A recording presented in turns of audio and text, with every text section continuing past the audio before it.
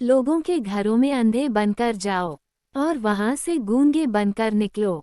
एक सहेली ने दूसरी सहेली से पूछा, बच्चा पैदा होने की खुशी में तुम्हारे पति ने तुम्हें क्या तोहफा दिया?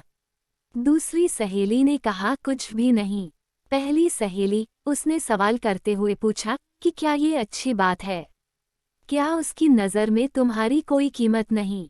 लफ्ज़ों का ये जहरीला बम गिराकर वह सहेली दूसरी सहेली को अपनी फिक्र में छोड़कर चलती बनी। थोड़ी देर बाद शाम के वक्त उसका पति घर आया और पत्नी का मुंह लटका हुआ पाया। फिर दोनों में झगड़ा हुआ, एक दूसरे को लानतें भेजी, मारपीट हुई और आखिर पति पत्नी में तलाक हो गया। जानते हैं प्रॉब्लम की शुरुआत कहाँ से हुई? उस फिजूल के जुमले से जो उसका हालचाल जानने आई सहेली ने कहा था। 2. राहुल ने अपने जिगरी दोस्त अजय से पूछा, तुम कहाँ काम करते हो? अजय, फल दुकान में। राहुल, कितनी तनख्वाह देता है मालिक? अजय, 16,000। राहुल, 16,000 रुपये बस? तुम्हारी जिंदगी कैसे कटती है इतने कम पैसों में? अजय, गहरी सांस खींचते हुए, बस यार क्या बताऊं। मीटिंग खत्म हुई। कुछ दिनों के बाद अजय अपने काम से बेरुखा हो गया और तनख्वाह बढ़ाने की डिमांड कर दी, जिसे मालिक ने रद्द कर दिया। अजय ने जॉब छोड़ दी और बेरोजगार हो गया। पहले उसके पास काम था, अब काम नहीं रहा। 3. एक साहब ने एक शख्स से कहा जो अपने बेटे से अलग रहता था, तुम्हारा बेटा तुमसे बहुत कम मिलने आता है, क्या उसे तुमसे मोहब्बत नहीं रही? बाप ने कहा, बेटा ज्यादा व्यस्त रहता है, उसका काम का शेड्यूल बहुत सख्त है, उसके बीवी बच्चे हैं, उसे बहुत कम वक्त मिलता है।